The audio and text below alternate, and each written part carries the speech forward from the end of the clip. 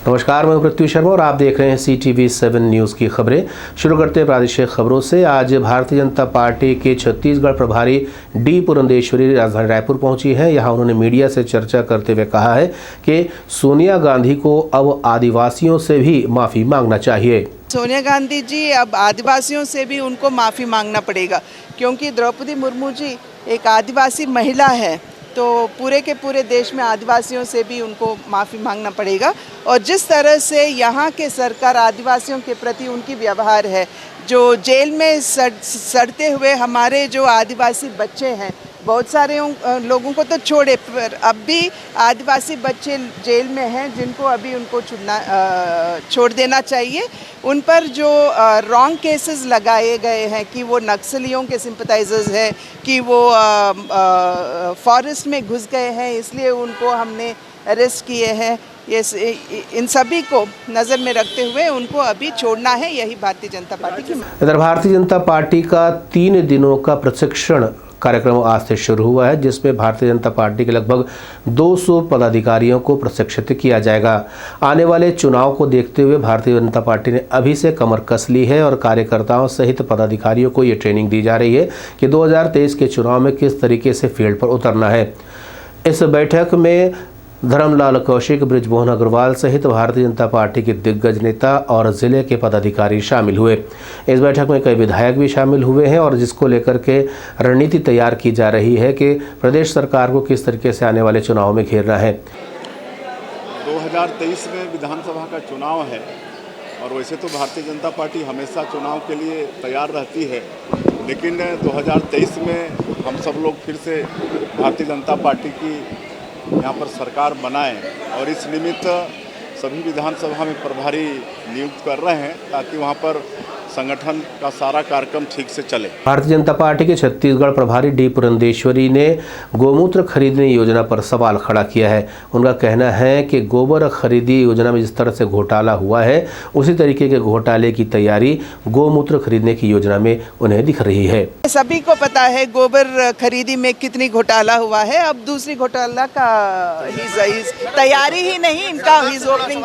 वहीं डी पुरंदेश्वरी के इस बयान पर पलटवार करते हुए कांग्रेस के संचार विभाग के प्रभारी सुशील आनंद शुक्ला का कहना है कि गोमूत्र खरीदी योजना में किसी किस्म का कोई भ्रष्टाचार नहीं है, लेकिन हाँ, इस योजना ने यह साबित कर दिया है कि पूरे देश भर में अगर कोई गोरक्षक है और जो उनके लिए नीतियां बना रहा है तो वो छत्तीसगढ़ के मुख्यमंत्री भूपेश बघेल हैं। भाजपा प्रभारी डी पुरंदेश्वरी के गोधन न्याय योजना के संबंध में दिए गए बयान से भारतीय जनता पार्टी की बौखलाहट साफ होकर सामने आ रही है।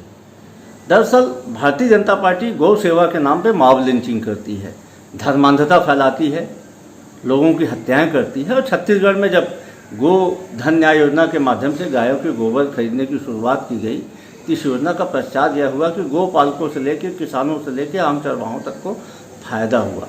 और अब जब गोमूत्र खरीदी की जा रही है तो निश्चित तौर पर भूपेश बघेल जी ने साबित कर दिया कि उनसे बड़ा इस देश में दूसरा कोई गोरक्षक नहीं है, गो सेवक नहीं है।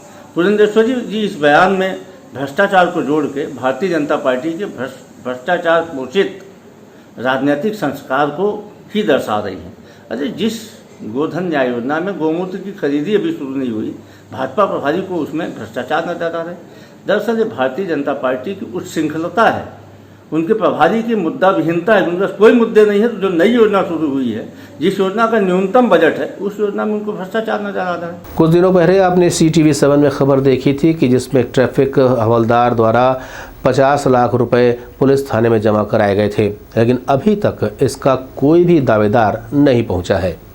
विगत दिवस हमारे ट्रैफिक के जवान को 45 लाख रुपए मिले थे माना ATS के पास, जिसको उसने सिविल लाइन थाने में आके जमा कराया था।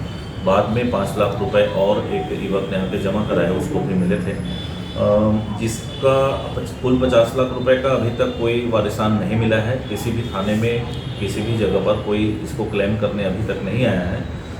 उस पर हमारी अभी जांच जारी है। हम विभिन्न जो इनकम टैक्स ऑफिस है और बैंक है, उनका भी सहयोग ले रहे हैं, उनको सूचित भारतीय जनता पार्टी ने आज़ादी के 75 वर्ष पूरे होने के उपलक्ष्य में हर घर तिरंगा अभियान की शुरुआत की है।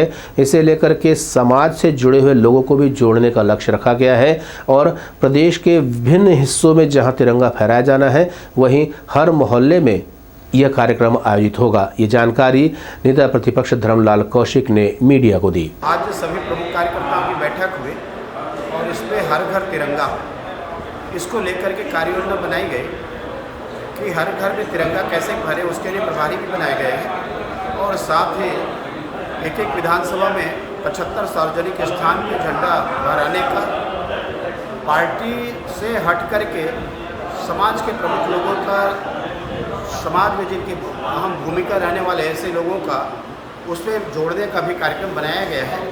और निश्चित रूप से जो आज़ादी के अमृत महोत्सव 75 साल जो मना रहे हैं, हमारे लिए ये बहुत अच्छा अवसर है कि जिस प्रकार से हमारे स्वतंत्रता संग्राम सेनानियों ने राष्ट्रभक्ति से ओत इस तिरंगे के लिए जिन्होंने अपनी कुर्बानी दी, अपना सहयोग लिया, आज अवसर है अमृत महोत्सव में कि हम अपने घर में भी तिरंगा फहराएं और दूसरे को भी तिरंगा के लिए प्रेरित करें।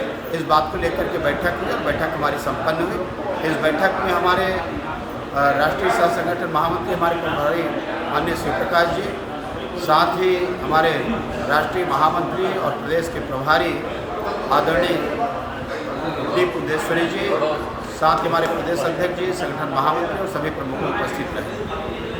दहेज प्रताड़ना के मामले को लेकर के एक महिला बसंतपुर थाने में धरना दे रही है। उसका आरोप है कि पुलिस कार्यवाही नहीं कर रही है। वहीं जब पुलिस से ये सवाल किया गया तो बताया गया कि मामला दहेज प्रताड़ना इन्हें 498 में दर्ज किया जा चुका है और बहुत जल्द इस पर कार्यवाही होगी, लेकिन महिला दबाव बना रही है कि कार्यवाही तत्काल हो, जबकि पुलिस अभी विवेचना कर रही है और FIR दर्ज की जा चुकी है। उनका 498 दहेज प्रताड़ना वाला मामला है, तो उसमें FIR तो हो गया, तो उसमें मैं देखता हूँ आगे क्या बचा हुआ है और उसमें जो भी उचित वैधानिक कार्रवाई है वो की जाएगी। छत्तीसगढ़ के राज्यपाल अनुसुईया उइके के 3 साल पूरे हो गए हैं। इस अवसर पर उनका एक नागरिक सम्मान किया गया। हरील त्योहार के दिन से शुरू हुई है मुख्यमंत्री महतारी न्याय योजना। महिला आयोग की किरणमयी नायक ने आज पत्रकार वार्ता लेकर के जानकारी दी है कि ये योजना जो चलाई जा रही है, इसके अंतर्गत एक रथ रवाना किया जा रहा है जो कि महिलाओं को उनके अधिकारों के प्रति जागरूक करेगा और न्याय दिलाने में उनकी मदद करेगा।